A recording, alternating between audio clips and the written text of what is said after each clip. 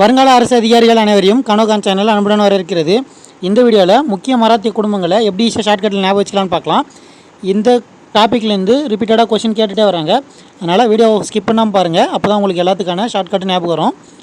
முதல்ல கெய்க்வாட் அப்படின்னா பரோடா, அடுத்து பான்ஸ்லே அப்படின்னா நாக்பூர், அடுத்து ஹோல்கார் அப்படின்னா இந்தூர், சிந்தி அல்லது சிந்தியா அது குவாலியர், அடுத்து பேஷ்வா புனே பகுதி. இதெல்லாம் குடும்பங்களோட பெயர். இதெல்லாம் அவங்க இருந்த இடத்தோட பெயர். சரிங்களா? இது எப்படி ஷார்ட்கட்டில் ஞாபகம் வச்சுக்கலான்னு பார்க்கலாம். முதல்ல கெய்க்வாட் அப்படின்னா பரோடா. இது எப்படி ஞாபகம் வச்சுக்கலாம்னா கைக்கு வாட்டமாக நம்ம பரோட்டா சாப்பிடுவோம் அப்படின்ற மாதிரி ஞாபகம் வச்சுங்க. ஒரு கை அளவு தான் இருக்கும் பரோட்டா அப்படின்ற மாதிரி ஞாபகம் வச்சுட்டாலும் சரி. அப்படி இல்லைனா கைக் வாட்னா சாப்பிட என்ன வேணும்னு கேட்குறாங்க. வாட்னா என்ன அப்படின்றது தான் அர்த்தம். என்ன வேணும்னா நம்ம பரோட்டா சாப்பிடுவோம் அப்படின்னு சொல்லுவோம் இல்லைங்களா? அப்படி ஞாபகம் வச்சுட்டாலும் சரி தான். உங்களுக்கு எப்படி ஈஸியாக இருக்கோ அப்படி ஞாபகம் வச்சுங்க. அதை வச்சு கெய்க்வாட் அப்படின்ற மராத்திய குடும்பம் பரோட்டான்ற பகுதியில் இருந்தாங்க அப்படின்ற மாதிரி ஞாபகம் வச்சுங்க. அடுத்து பான்ஸ்லே நாக்பூர் பகுதி. இது எப்படி ஞாபகம் வச்சுக்கலாம்னா நாக்பூர்னா நாற்றம் அடித்தா தான் நம்ம பான்ஸ் யூஸ் பண்ணணும். பான்ஸ் பவுட்ரு அந்த துர்நாற்றம் போகிறதுக்காகோசரம் இந்த பான்ஸ் நான் வாசனை தரும் இல்லைங்களா, அதை யூஸ் பண்ணுவோம்.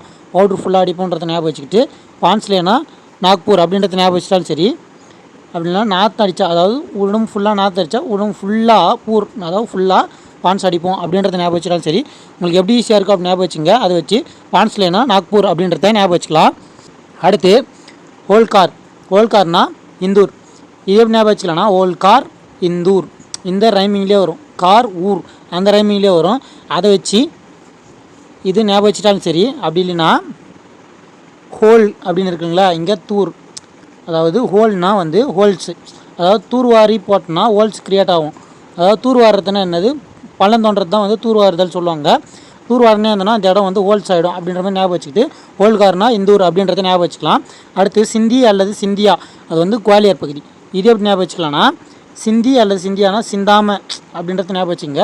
சிந்தாமல் இருக்கணும்னா கோவாலையில் தண்ணி எடுத்துகிட்டு போகணும் அப்படின்றத ஞாபகம் வச்சுக்கலாம்.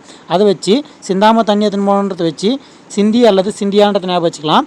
அது குவாலையில் எடுத்துன்னு போகணுன்றத வச்சு குவாலியர் அப்படின்றத ஞாபகம் வச்சுக்கலாம். இதை வச்சு சிந்தி அல்லது சிந்தியான்றது குவாலியர் அப்படின்றத ஞாபகம் வச்சுக்கலாம். சரிங்களா?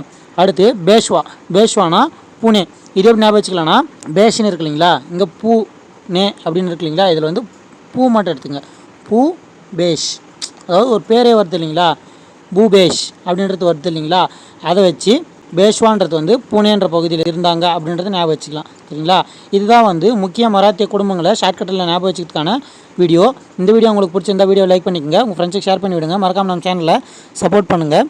இது போன்ற எக்ஸாமுக்கு தேவையான ஷார்ட்கட்டுகள் மற்றும் முக்கிய குறிப்புகளுக்கு நம்ம சேனலில் ஃபாலோ பண்ணிக்கோங்க. இந்த வீடியோவுக்கு பற்றின நிறைய குறைகள் எதனா இருந்துச்சுன்னா அதை கமெண்ட்டில் சொல்லுங்கள். மீண்டும் அடுத்த ஷார்ட்கட் வீடியோவில் சந்திப்போம். இப்படிக்கு கனோகான் ஜீவா. நன்றி, வணக்கம்.